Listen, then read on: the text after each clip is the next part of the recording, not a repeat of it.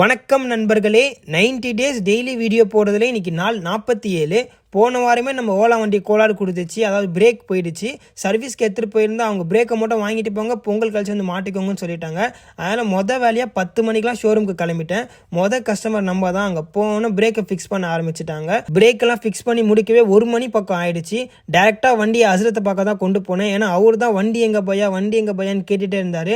அவர்கிட்ட போய் காமிச்சோன்னா நமக்கு 2 வாழைப்பழம் கொடுத்தாரு. இருந்த பசியில் அதை இறக்கிட்டு வீட்டுக்கு வந்து லஞ்சை சாப்பிட்டுட்டேன். இன்றைக்கி நமக்கு ரெஸ்ட்டுனால ஒரு உறக்கத்தை போட்டாச்சு. ஒரு 4 மணி பக்கம் தான் எழுந்திரிச்சோன்னா செம்ம பசி. இந்த ரஸ்க்கு மேலே ரொம்ப நாளாக கிரேவிங்ஸ் இருந்துச்சு. அதனால் பால் பாயிட்ட ரஸ்க்கும் வாங்கிட்டு வந்துட்டேன்.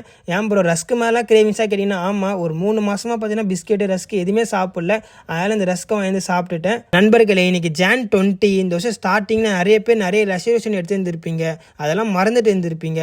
இப்போவும் சொல்கிறேன், நீங்கள் ஸ்டார்ட் போகணும்னு நினச்சி ஸ்டார்ட் பண்ணுங்கள். கன்சிஸ்டண்டாக இருக்க முடியலனாலும் பர்சிஸ்டண்டாக இருங்க. அப்போ நீங்கள் நினச்சதை ரீச் பண்ணுவீங்க. இப்போ வரையும் நீங்கள் நினச்சதை ஃபாலோ பண்ணிட்டு இருக்கீங்க அப்படின்னா உங்களுக்கு ஒரு ஹேட்ஸ் ஆஃப். ஸோ இதோட நாளை முடிச்சுக்கிறேன் நண்பர்களே. நாளைக்கு புது வீடியோவில் பார்ப்போம்.